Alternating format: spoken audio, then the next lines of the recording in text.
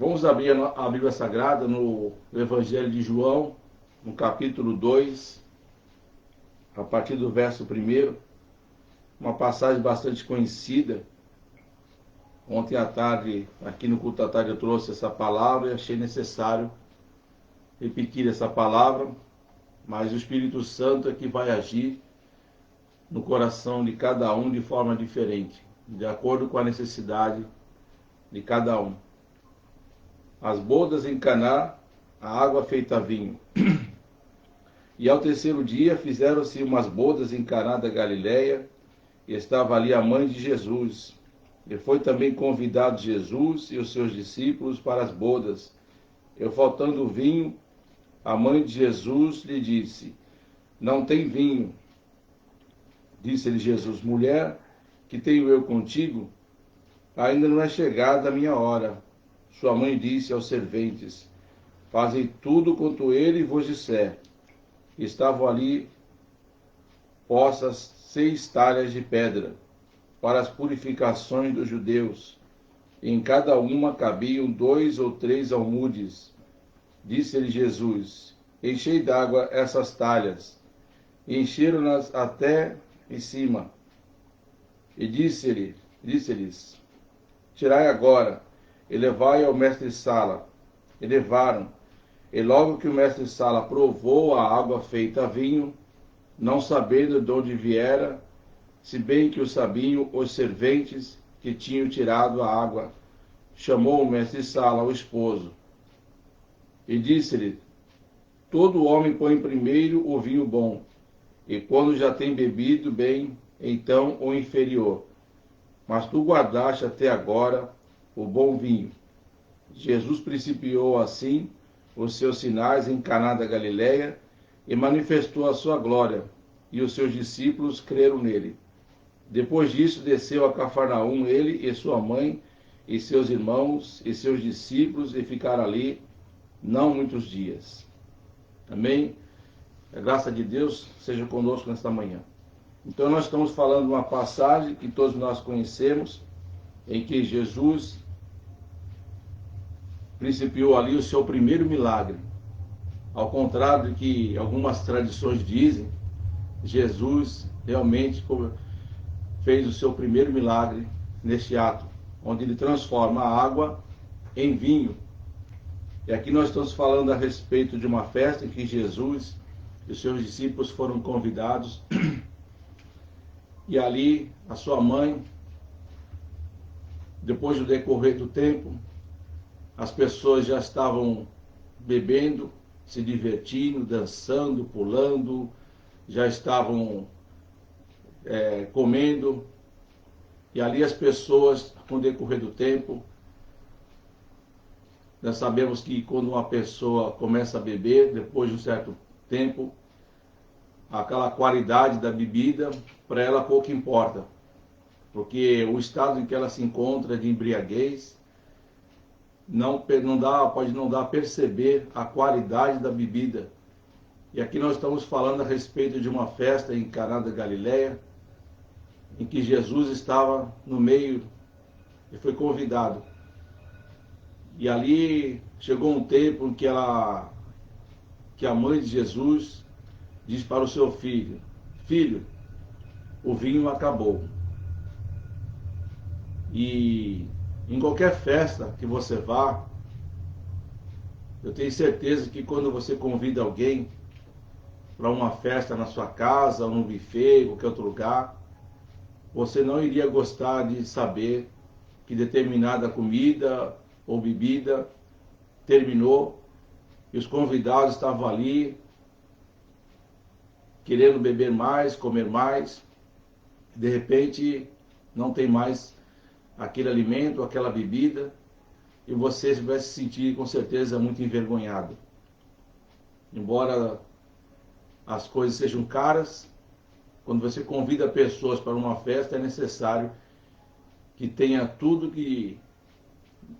para comer, beber naquele lugar, porque as pessoas realmente vão falar a respeito. Então, quando você deixa por conta de um buffet, por exemplo, ele já sabe quantas pessoas foram convidadas, quantas pessoas estão na festa, e o buffet se programa para uma determinada quantidade de bebidas e salgados, doces, e você fica tranquilo. Mas também existe aquela condição que você sabe que, às vezes, numa festa que você faz numa casa, por exemplo, você tem um determinado número de pessoas que você entende que vai na festa. Depois de um certo tempo, você percebe que tem mais pessoas diferentes ali, pessoas que não foram convidadas, porque um convida o outro, convidado convida outro convidado, outra pessoa, e assim vai indo, você vê, tem mais gente do que você convidou, e de repente começa a faltar as coisas. E você vai se sentir muito mal. E a culpa não é sua. E nesse caso, numa festa de casamento, uma festa que normalmente durava uma semana, começou a faltar o vinho. O vinho normal, o vinho físico. Faltou o vinho. Acabou o vinho. E a mãe de Jesus percebeu e disse para Jesus: filho, o vinho acabou. E Jesus fala: que tenho eu contigo, mulher? Ainda não é chegada a minha hora. Mas seria uma pregação a respeito dessa passagem para uma próxima oportunidade.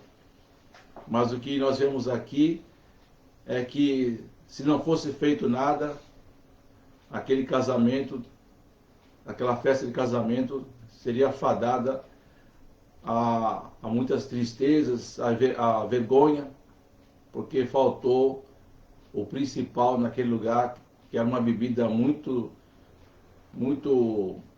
consumida naquele tempo. Jesus pediu para os serventes encher essas talhas de água.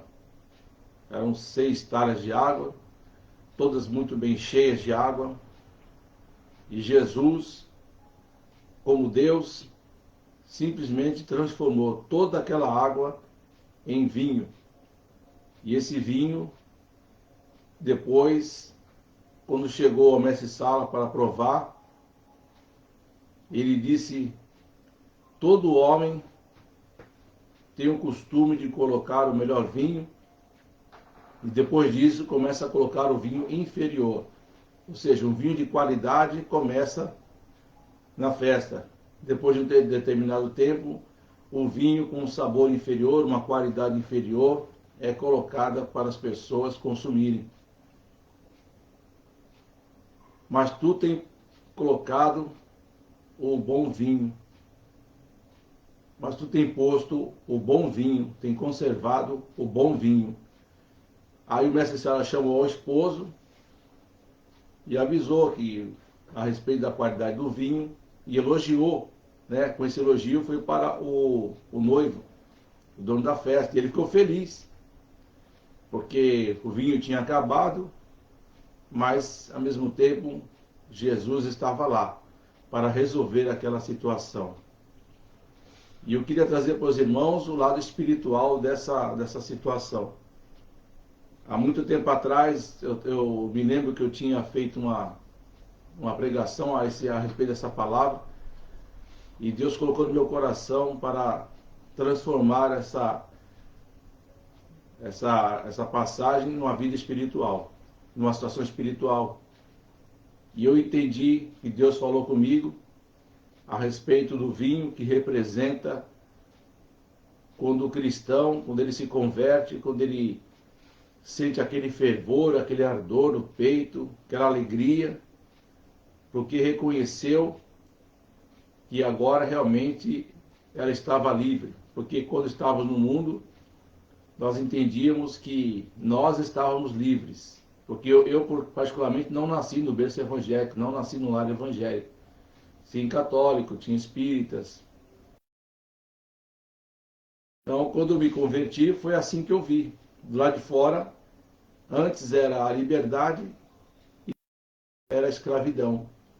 Porque a partir do momento que nós estamos dentro do Evangelho, nós não bebemos antes, não bebemos bebida forte, não fumamos. Com o tempo deixamos de fumar, deixamos de beber, deixamos de falar palavrões, deixamos de nos prostituirmos, deixamos de fazer coisas erradas. Aí sim, é que nós vamos compreender que agora nós temos uma liberdade. Essa liberdade de adorar ao Deus único. Nós não tínhamos essa liberdade. Antes andávamos nas idolatrias, né? Tudo para nós era de Deus. Antes no mundo nós tínhamos a liberdade e dentro do Evangelho éramos escravos. Quando nos convertemos, o véu se rasgou em dois. Aí o Senhor Jesus nos abriu os olhos. Aí pudemos compreender que realmente, fora do Evangelho, é uma escravidão do inimigo das nossas almas, o diabo.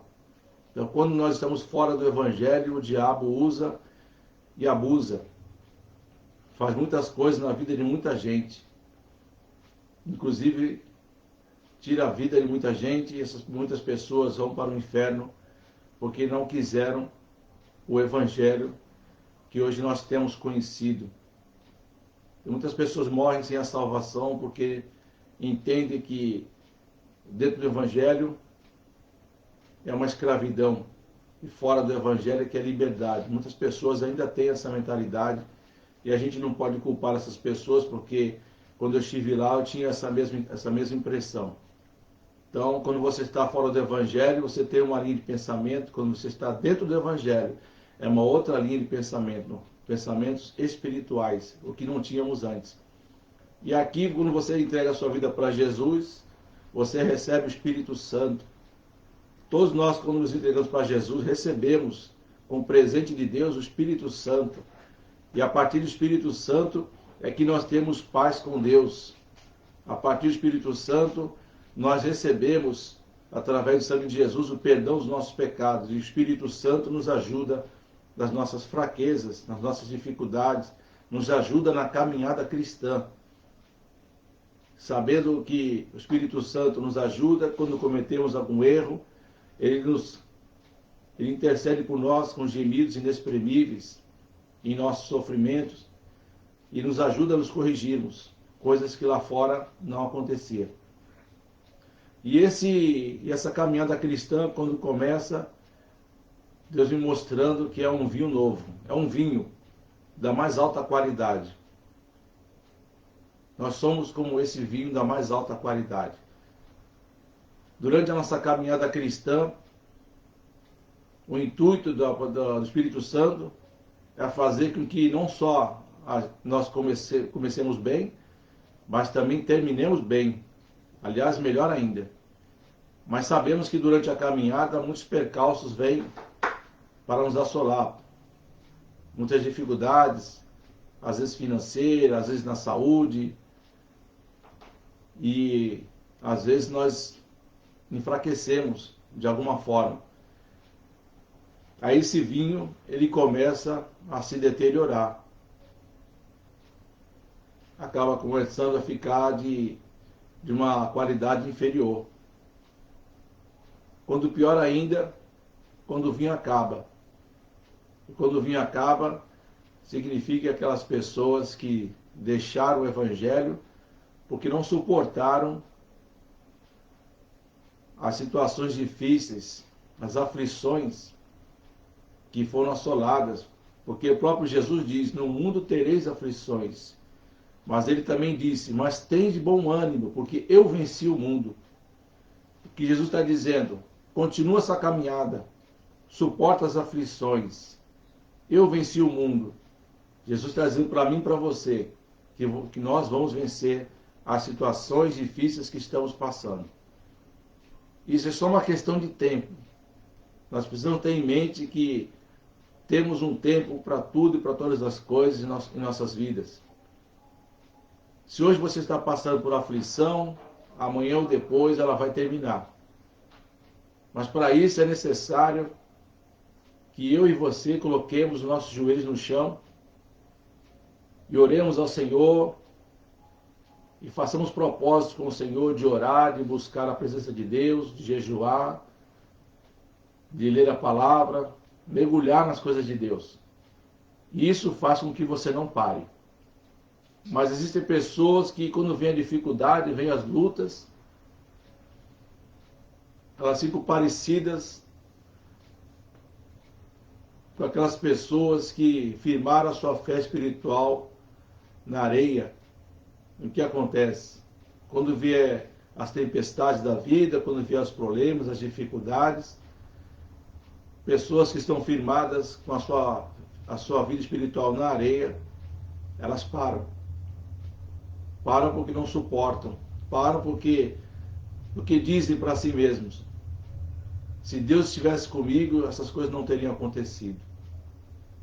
Mas não avaliam a situação, se realmente aconteceu porque tinha que acontecer, porque faz parte da prova, ou se aconteceu porque nós mesmos nos prejudicamos. Na grande maioria das vezes, quando estamos passando por situações difíceis, nós é que nos colocamos nas dificuldades, mas às vezes não enxergamos. Pessoas nos aconselham, mas agimos errado. Aí depois vem as consequências. Eu mesmo passei por isso. E não foi nenhuma nem duas vezes. Então a minha carreira espiritual ela está baseada em Jesus Cristo. Vontade de parar, muitas vezes já passou pela minha mente. Mas também passou pela minha mente, o Espírito Santo me alertava a respeito da necessidade de buscar mais a presença de Deus, para que eu não parasse, para que não acabasse o meu vinho. E o vinho, quando acaba, representa isso, uma pessoa que, dentro do Evangelho, um cristão, não suportou as adversidades. E por conta disso, parou. Quando veio essa pandemia, por exemplo, ela só foi um tipo de um gatilho. Que a hora que a pandemia começou, as igrejas tiveram que fechar as suas portas, fomos obrigados a fechar as portas das igrejas e, por conta disso, não podíamos estar congregando. E nesse meio tempo, muitas pessoas pararam de vir para a igreja, mas também pararam de ler a Bíblia, pararam de orar, começaram a esfriar na fé. E por conta disso, quando a porta da igreja abriu novamente, muitos retornaram, mas alguns não retornaram. Alguns entendem que estão tendo uma vida espiritual boa, estão orando, que estão lendo a Bíblia, que estão bem espiritualmente, estão conseguindo lutar, embora não estejam vindo para a igreja. Mas existem relatos de vários irmãos e irmãs que não retornaram para a casa de Deus na primeira oportunidade em que a porta reabriu. E essas pessoas não suportaram as dificuldades, não suportaram os problemas que vieram sobre elas. Algumas até estavam bem financeiramente, não tinham problemas de saúde, não tinham percalços que atrapalhassem o seu retorno para a casa de Deus. Mas a sua fé estava esfriando. Perdeu a vontade de vir para a igreja. Perdeu a vontade de ler a Bíblia. Perdeu a vontade de orar.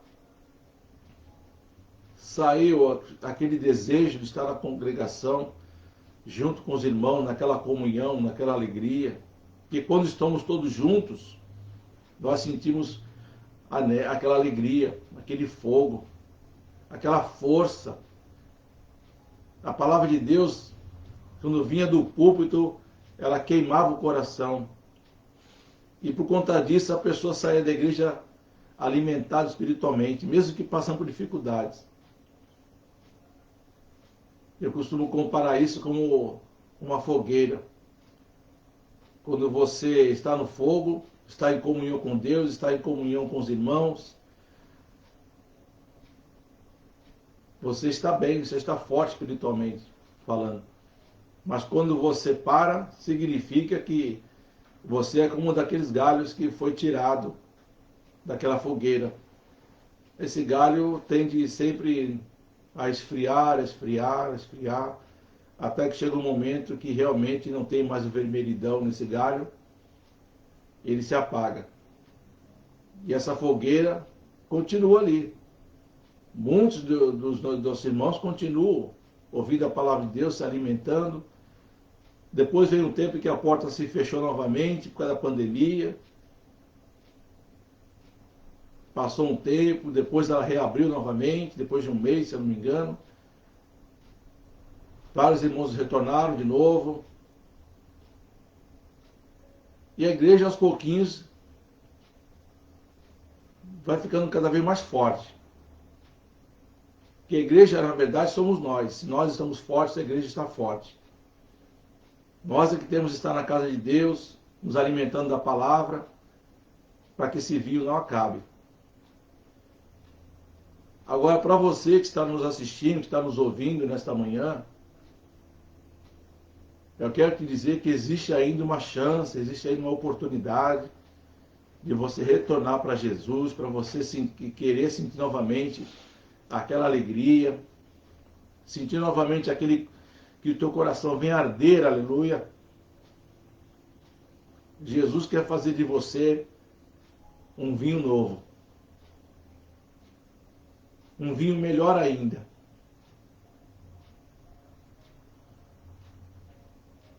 E esse vinho é o nosso Senhor e Salvador Jesus Cristo, que através dessa palavra, não sei se você está vendo ou ouvindo,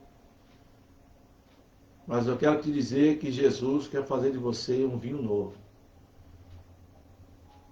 Fazer de você um novo homem de Deus, uma nova mulher de Deus, um novo jovem de Deus. Que você volte a ser fervoroso novamente, que você volte a dobrar os teus joelhos, que você tenha forças para ler a Bíblia, que você sinta nela essa alegria de estar na casa de Deus.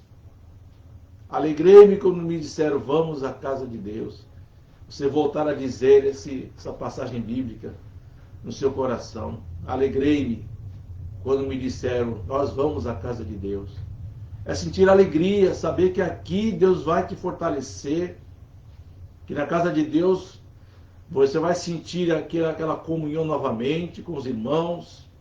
Nós não podemos nos abraçar, pegar nas mãos, mas você consegue sentir essa alegria novamente. Quando você está na casa de Deus, é como se você estivesse voltando para a fogueira. Glória a Deus. Aleluia. Talvez você tenha em mente, puxa, naquele tempo que eu estava sempre na casa de Deus, eu era fervoroso, eu falava em línguas estranhas, eu era cheio do Espírito Santo, e hoje eu estou nessa situação, não sei mais o que eu faço. Se você não tem forças para orar, ore a si mesmo. Se você não tem forças para ler a Bíblia, leia a si mesmo. Se você não tem forças nem alegria para vir na casa de Deus, venha a si mesmo. E Deus vai colocar você novamente nessa fogueira, nessa comunhão junto com os irmãos. Como eu disse algumas vezes, eu sabia que eu também poderia me contaminar com esse vírus. Todos nós temos existe essa chance de você se contaminar. Existe essa probabilidade porque nós estamos andando em outros lugares. Isso realmente pode acontecer, como aconteceu comigo. Mas eu orava a Deus e dizia, a casa do Senhor precisa de trabalhadores. A igreja precisava de mim e eu também precisava da igreja. Era uma coisa recíproca. Porque a obra de Deus não pode parar. E não pense em você que se você parar, que a igreja vai parar. Não, a igreja não é minha nem sua. Se você não vier, não trabalha na obra de Deus, Deus coloca outro no teu lugar. Mas a obra não vai parar. Nem por minha causa, nem por sua causa. Porque a obra é dele. Nós somos apenas instrumentos dele para fazer a obra. Estar na casa de Deus com alegria, sentindo aquele fervor, aquele sentimento de amor, aquela vontade de ver os irmãos, querer abraçar ainda que não possa, mas parar para conversar um pouco, falar a respeito de algumas coisas. As pessoas ficam distantes, não podem ficar próximas umas das outras. As pessoas precisam medir as suas temperaturas. Algumas pessoas podem vir para a igreja, estão com febre, a gente não sabe do que é a febre. A gente tem que orientar as pessoas a retornar para casa, procurar um médico, ir para um socorro, cuidar dessa febre, saber por que está com febre. Porque não pode entrar na casa de Deus dessa forma. Porque às vezes a pessoa pode estar contaminada também, nós não sabemos. Pode ser uma gripe normal, pode ser diversas coisas. Mas uma pessoa com febre não pode estar dentro da casa de Deus nem em nenhum outro lugar. Todo lugar que você vai, você mede a sua temperatura ali, afere ali. Se tiver com uma febre com 38 graus, por exemplo, 37,5, as pessoas já têm que ficar precavidas, porque alguma coisa não está boa com o seu corpo. Então elas são orientadas a não entrar na igreja, como são orientadas a não entrar no banco, são orientadas a não entrar no mercado, são orientadas a não entrar na feira. Muitos lugares. Porque ali, aquele equipamentozinho, que pouca gente dá valor, ele nos ajuda a entender que o nosso corpo não está bem. E aí nós voltamos para casa, vamos cuidar da nossa saúde e saber por que estamos com febre. Você tem o álcool em gel para você passar nas mãos. Você tem o distanciamento. A igreja não fica cheia onde você fica ao ponto de ficar grudado um com o outro. Isso não acontece. Tem uma porcentagem certa de pessoas que podem entrar na igreja. A igreja não pode ficar completamente cheia. Então existem os cuidados. Se você está pensando nessa parte de cuidados, aqui tem. Todo lugar tem esse cuidado. Então, por conta disso, você não precisa se preocupar. Então você venha para a igreja, se alimentar da palavra de Deus. O Espírito Santo vai começar a tocar em você novamente. E com tudo isso, você vai sentir a presença de Deus muito forte. Se você não falava línguas estranhas há muito tempo, você vai voltar a falar. Se você não glorificava a Deus, você vai voltar a glorificar o nome do teu Deus. Ele quer te ver na casa dele. Dentro das possibilidades, venha para a casa de Deus. Se você tem problemas de saúde, é claro, Deus sabe da mesma forma que você não tem condições de vir à igreja. Problemas de saúde tem que ser cuidado realmente. Mas se você tem uma condição boa, venha para a casa de Deus. Venha fazer parte dessa fogueira, desse calor espiritual. E até o calor humano, por que não? Porque você vai estar perto de muitos irmãos que você não via há muito tempo. A presença de Deus é fundamental em nossas vidas. Quando teve a pandemia, eu fui obrigado a ficar em casa. Todos nós fomos obrigados a ficar em casa. Quando ela reabriu, eu vim na hora para a casa de Deus. Eu sabia que se eu ficasse em casa por muito tempo, eu também iria esfriar, porque aconteceu de tudo na minha vida para que eu parasse. Tudo aconteceu. Não só na minha vida, na vida da minha esposa, dos meus filhos. Todos nós em casa sofremos muito. Mas eu sabia que se eu não parasse, a minha família não iria parar. Se eu perseverasse, a minha família viria para a igreja. Se eu continuasse na igreja orando e buscando a presença de Deus, Deus iria honrar na minha casa também.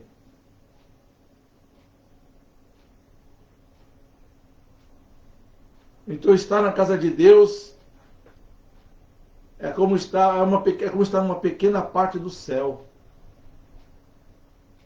Nós não sabemos como é o céu verdadeiramente falando, porque nós nunca estivemos lá. Mas sabemos muito bem que só tem tudo do bom e do melhor no céu. Mas enquanto isso estamos aqui, estamos caminhando para conhecer esse céu. E para chegar lá tem que ter perseverança. De repente você, por conta da pandemia, não quis mais ir para a igreja, esfriou, parou de orar a Deus, parou de pedir perdão pelos seus pecados. Você tem uma vida solta, como se estivesse livre, mas na verdade você estava se aprisionando.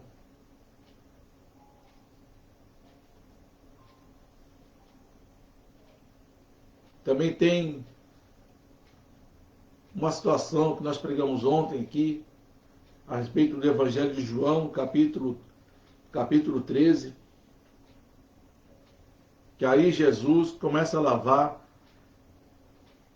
os pés aos discípulos. E quando ele lava os pés aos discípulos, Pedro diz: nunca me lavarás.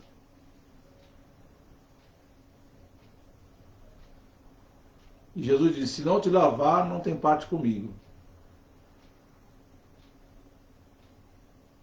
Aí Pedro diz: então, Senhor Jesus, não só os meus pés, mas todo.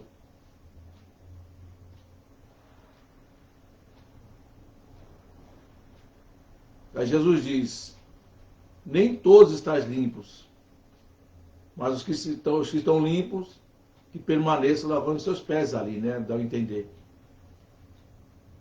Mas Pedro queria se lavar por inteiro. O que significa isso? É você reconhecer o seu estado pecaminoso, a sua vida espiritual, como é que você está, se você está mal, se você não ora mais, se você está indiferente com Cristo, está indiferente com os irmãos, não tem vontade de cumprimentar, de dar a paz do Senhor. Quando vê um irmão na rua, é como se fosse com outra pessoa qualquer, até se esconde um pouco daquele irmão, para não falar nada a respeito. Ele vai me cobrar, ele está na igreja, então eu não quero nem que ele venha perto de mim. De repente, você pode ser, como eu também me considero, um daqueles que tem a necessidade de se lavar por inteiro. Eu sinto essa necessidade de me lavar por inteiro. Não só os meus pés, mas, Senhor Jesus, lava-me completamente, aleluia. Porque quando estamos fracos na fé, precisamos ser lavados por inteiro. Para que possamos nos alimentar cada vez mais de Cristo. E sentir a sua presença.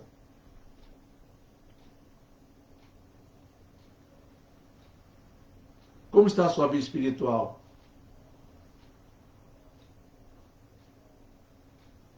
Se você morresse hoje, para onde você iria, meu irmão? É para o céu? Se Jesus voltasse agora, nesse exato momento, você subiria, meu irmão? Ou minha irmã? Você subiria? Você tem essa certeza que você sobe hoje? Se a sua resposta for não, para qualquer uma das situações, saiba que você precisa se lavar por inteiro, não só os seus pés. Peça a Deus para que Ele te ajude a se lavar por inteiro, a se banhar na palavra de Deus. O Espírito Santo voltará a tomar conta realmente da sua vida, se você permitir. Muitas pessoas estão pensando: o arrebatamento vai demorar, pode acontecer de uma hora para outra, tem muita coisa que ainda falta acontecer. Mas se esquece que o arrebatamento, embora vá acontecer um dia, muitos não estarão aqui nesse dia. Ou seja, morrerão antes. Se não estamos prontos para a morte, para ir para o céu, não estamos prontos para o arrebatamento. E vice-versa. Então alguma coisa está errada e com certeza não é com Deus. Não é com Jesus e não é com o Espírito Santo. É comigo e com você. Alguma coisa está errada com nós, meus irmãos. E nós precisamos tomar essa atitude. Não podemos ficar parados aguardando que Deus vai nos encher do Espírito Santo, se eu não tenho força, se eu não quero fazer nada. Eu tenho que dar o primeiro passo, eu preciso me esforçar. Se você não orava, comece a orar, mesmo sem vontade, em qualquer hora dessa, Deus vai te encher do Espírito Santo novamente. Se você não lia a Bíblia, comece a ler, Deus vai falar contigo em algum momento. Se você não tinha forças para vir para a casa de Deus, venha. O Espírito Santo vai te encher aqui da casa de Deus. A palavra de Deus vai te encher de tal forma que você vai sentir fogo. Um fogo consumidor. Assim como aquela sarça no deserto ali não se queimava. O fogo de Deus estava naquela sarça. Assim é eu e você. Nós somos falhos, nós somos fracos, nós temos defeitos.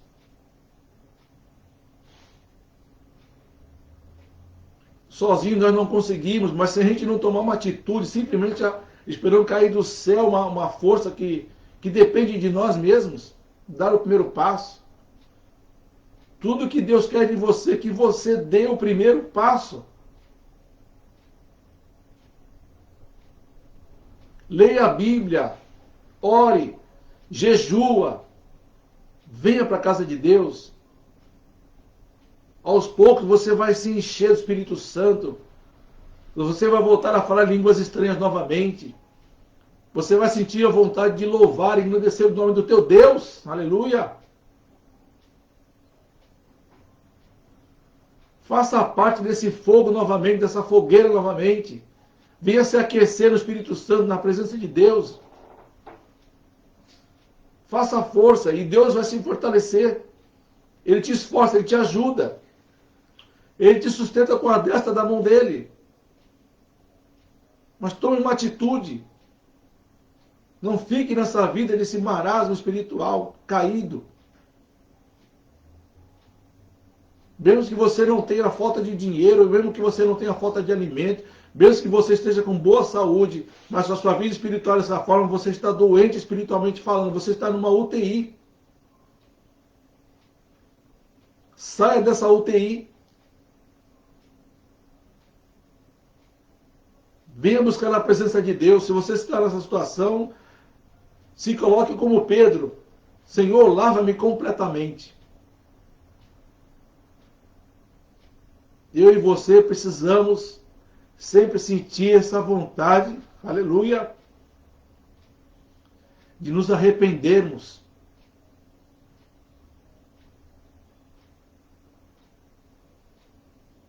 Nós precisamos sempre sentir essa vontade de nos convertermos novamente. E a chance para que isso aconteça depende de mim e de você. Deus sabe da minha fraqueza, da sua fraqueza. Não é da vontade do Pai, não é da vontade do Senhor Jesus, não é da vontade do Espírito Santo que você permaneça nesse estado. Se você tomar a decisão de voltar para Jesus, de voltar para a igreja, de ler a Bíblia, de orar, de jejuar, buscar a face de Deus, o Espírito Santo intercede por mim e por você com gemidos inexprimíveis. A sua oração vai chegar ao céu. E Deus vai colocar a mão na tua vida e vai te fortalecer. E você voltará a sentir aquele fogo novamente ardendo no teu coração.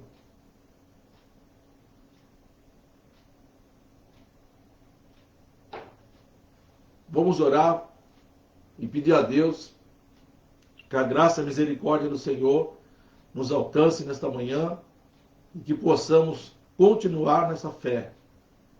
E que você se fortaleça no poder do Espírito Santo. O céu é maravilhoso, o céu é lindo. O próprio apóstolo Paulo esteve numa visão estrondosa, numa visão celestial. Ele viu como é o céu. E pode ter certeza, ele não se arrependeu. Muito pelo contrário. Ele está lá. Muitos dos nossos irmãos que faleceram estão lá. É o lugar onde eu e você queremos estar, na presença de Deus. Então vamos orar, pedir forças para que o Senhor nos ajude nessa caminhada, até alcançarmos o tão sonhado céu. Santíssimo Deus, Pai de nosso Senhor, aleluia. Glórias ao nome do Senhor Jesus. Senhor, coloca as tuas mãos, ó Deus, no nosso meio, em nossas vidas. Nos ajude, meu Deus, a nos fortalecermos. Muitos de nós, ou alguns de nós, meu Deus, pararam, meu Deus, como aquele vinho que se acabou. Estão precisando, meu Deus, renovar as suas forças. Renovar a sua alegria, renovar a presença aqui na tua casa, renovar a leitura da Bíblia, renovar os momentos de orações em que falamos contigo pessoalmente, Senhor. E eu te peço, meu Deus, coloca as tuas mãos poderosas na vida deste irmão, desta irmã, que está fraco, ou se sente fraco, que está morno, está frio, para que venha se aquecer no poder do Espírito Santo de Deus. Nós sabemos, Senhor, que a nossa caminhada não é fácil, mas Jesus disse, no mundo tereis aflições, mas ele também disse, mas tende bom ânimo. E esse bom ânimo vem do céu. Tem misericórdia de nós, meu Deus, tem misericórdia de nós. Coloca as tuas mãos saradoras, meu Pai, na vida do teu servo e da tua serva. Até mesmo aqueles, meu Deus, que se sentem fracos estão parando, mas que ainda não pararam. Quantos irmãos, meu Deus, vêm para a igreja de vez em quando, mas as suas vidas espirituais não estão boas. Tem misericórdia, meu Deus, da tua igreja, do teu povo, Senhor Deus. Tem misericórdia de nós, somos fracos, meu Deus. Estamos vivendo momentos difíceis. Nunca passou pela nossa mente humana, meu Deus, passarmos por uma pandemia dessa, onde a igreja fechou as portas por 2 vezes. Te pedimos, ó Deus, que o Senhor tenha misericórdia do teu povo, que o Senhor possa estar animando, está queimando novamente o coração do teu povo, meu Deus, que está fraco na fé, Senhor. Coloca o teu ânimo, Senhor Deus, a tua alegria no coração desse homem, dessa mulher de Deus. Coloca o desejo de vir para a tua casa, aleluia. Que ele sinta essa necessidade de estar aqui na tua casa, buscando e engrandecendo o nome do Senhor Jesus.